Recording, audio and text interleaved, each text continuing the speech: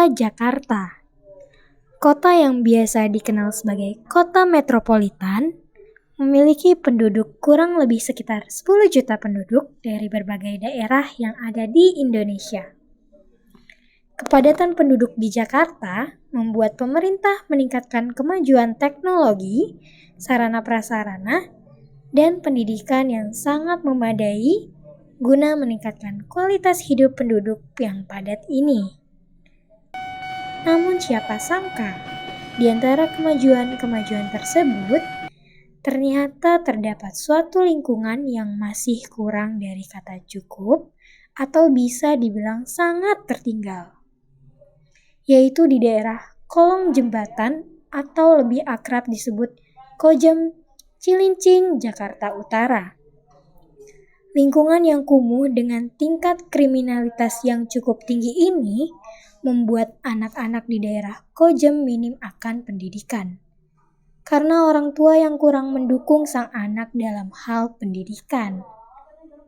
Rata-rata anak di sini hanya menempuh pendidikan paling tinggi hingga sekolah dasar saja. Sedangkan anak dengan tingkat pendidikan menengah pertama dan kejuruan sangatlah minim, bahkan dapat dihitung oleh jari. Tingkat pendidikan yang rendah dengan anak-anak yang memiliki keterbatasan huruf, yaitu bisa dibilang buta huruf, membuat Bunda Desi tergerak hatinya untuk menyalurkan hobi membacanya ke daerah Kojem ini.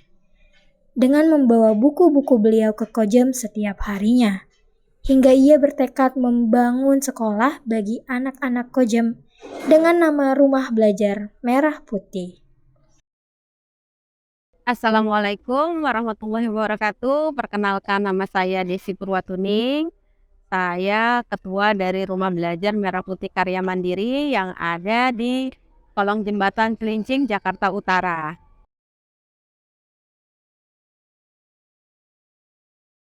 Jadi awalnya itu tidak sengaja ya, memang tidak ada niatan untuk buka rumah belajar. Aku hanya bikin taman bacaan di rumah. Tapi ketika pas buka taman bacaan, ada anak yang baca bukunya terbalik. Dan aku tanya, tinggalnya di mana? Tinggalnya di Bojem. Jadi aku datang ke sini, lalu aku bawa tuh setiap pada saat bawa buku di karung.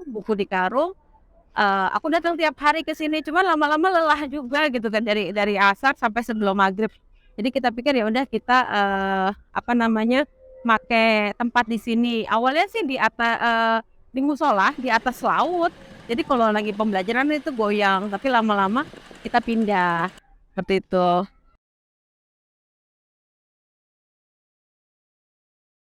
Merah Putih didirikan di sini karena saya melihat di sini kurangnya fasilitas untuk pendidikan bagi anak-anak di sini. Karena di sini banyak anak-anak pendatang yang notabene orang tuanya kurang peduli dengan pendidikan, seperti itu.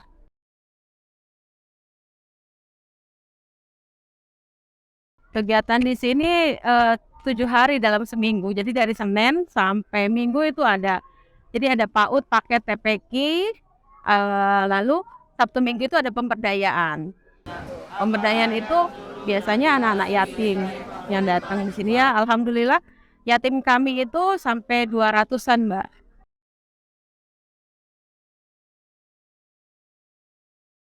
Banyak sekali, ada yang pro kontra. Walaupun kita sudah 17 tahun ya, bukan berarti orang-orang di sini setuju dengan keberadaan Merah Putih. Banyak sekali yang tidak setuju. Yang nggak setuju ya mereka kayak mengintimidasi saya, mengancam. Lalu juga ketika kami ada kegiatan mereka nggak suka. Kalau ada kegiatan meliput mereka minta fee. Kami juga bentrok di sini dengan LSM gitu. Jadi kalau setiap kali ada bantuan mereka kepengen dibagi. Maksudnya dibagi itu bukan dibagi ya seikhlasnya kami, tapi mereka minta setengah bagiannya seperti itu.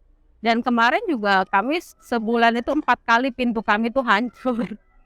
Gitu hancur, jadi kami harus dibenerin. Tapi bukan berarti dengan ada orang yang tidak suka kami mundur. Justru itulah sisi yang kita harus jalanin dan kita harus lawan.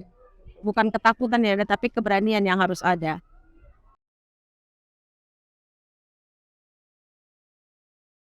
Kami lebih lebih dibawa enjoy ya, tidak menjadikan masalah itu sebagai beban kami gitu. terus fokus dengan apa yang kami harus lakukan dan terus berbuat baik. Karena kalau kita mikirin yang tidak suka dengan kita, feedback ke tubuh kita pun akan merasa tidak enak, dan tim itu jadi apa ya, kayak merasa tidak fokus dengan apa yang kita tuju, jadi kita abaikan saja.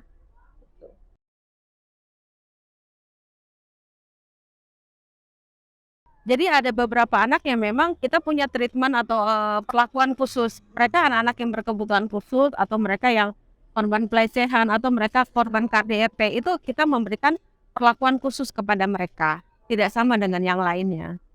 Eh Kalau misalkan yang korban pelecehan, kita akan lebih aware dengan orang-orang yang datang. Saya akan tanya, nyaman nggak kamu dengan ketemu si A, si B, si C?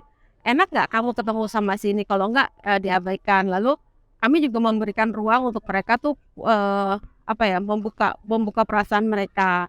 Lalu kalau ada anak yang memang kayak korban KDRT, kami siap menampung keluh kesah mereka dan kita bantu. Seperti itu sih.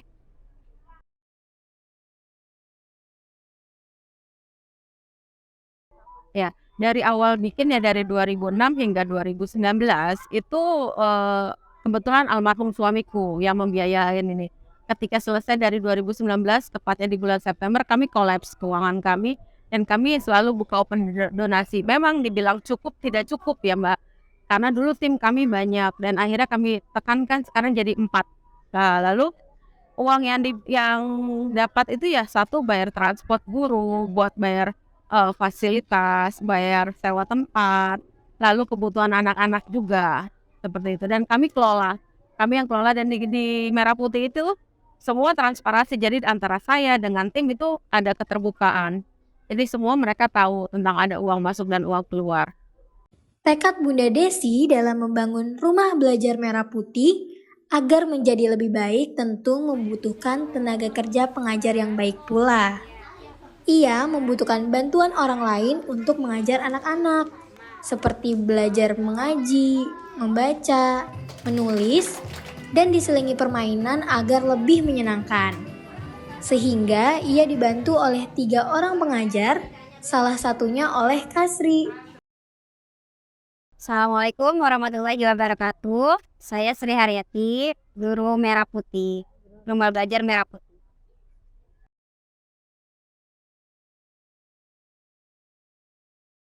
Awalnya sih kan adik saya ikut pemberdayaan yatim di Rumah Belajar Merah Putih ini. Jadi saya udah sering ketemu sama Bunda Desi, kenal sama Bunda Desi. Jadi saya kan punya kontaknya nomor Bunda, nih ke nomor Bunda. Jadi sering lihat status-statusnya Bunda, kegiatannya apa aja gitu. Nah tiba-tiba Bunda Desi dibikin postingan lagi mencari guru. Nah pas saya ngeliat postingannya Bunda Desi, saya langsung berminat lah, saya langsung chat ya Bunda. Saya tanya kan jelas, supaya lebih jelas. Bunda, memang benar lagi butuh guru. Ya kata Bunda, iya Mbak, kata gitu. Saya boleh nggak ya Bun daftar gitu. Memang Mbak ini katanya ada pengalaman ngajarin. Saya sebelumnya ngajar di TK.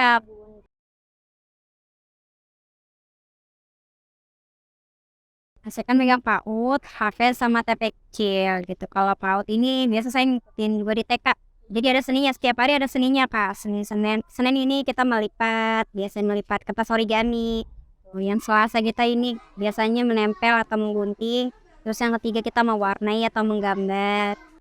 Jadi kalau hari Kamis biasanya mewarnai. Hari Jumat ini kita ikro. Biasanya kalau di sini ikro juga.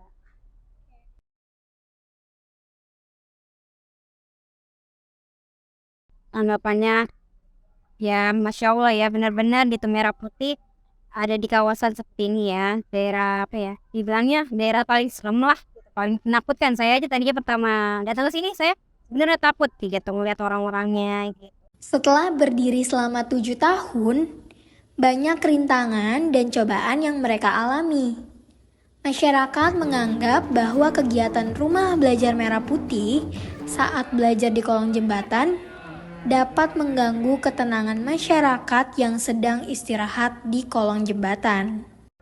Nama saya Fansi Yanus Barus.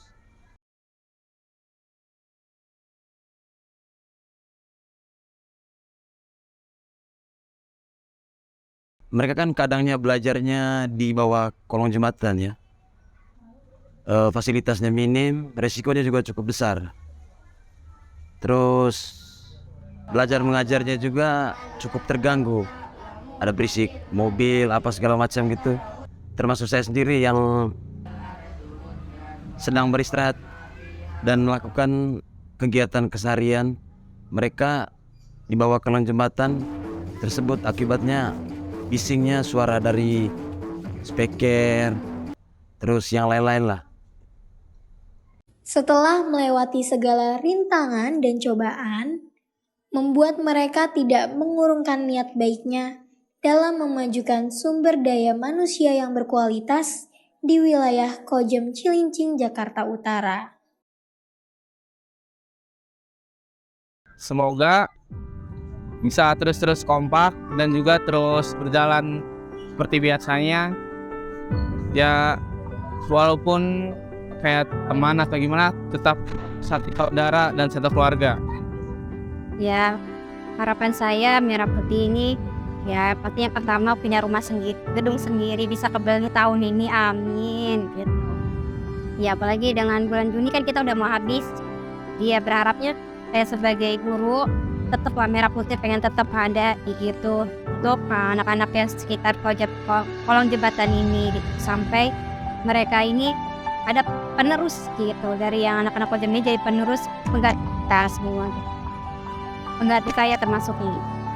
Saya ingin sekali Rumah Merah Putih bukan hanya bisa berbagi kepada di dunia pendidikan ya, tapi di dunia lain seperti yang mereka punya jiwa yang pemimpin, manusia yang bermanfaat, manusia yang punya akhlak, seperti itu. Ya, waalaikumsalam.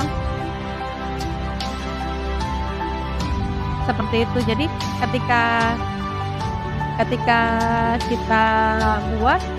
kita buat anak-anak seperti itu, mereka saya kepengen anak-anak bisa keluar dari sini karena nggak akan selamanya hidup di sini, dan saya kepengen juga mereka nanti bisa meneruskan apa yang dikerjakan di Merah Putih, seperti itu.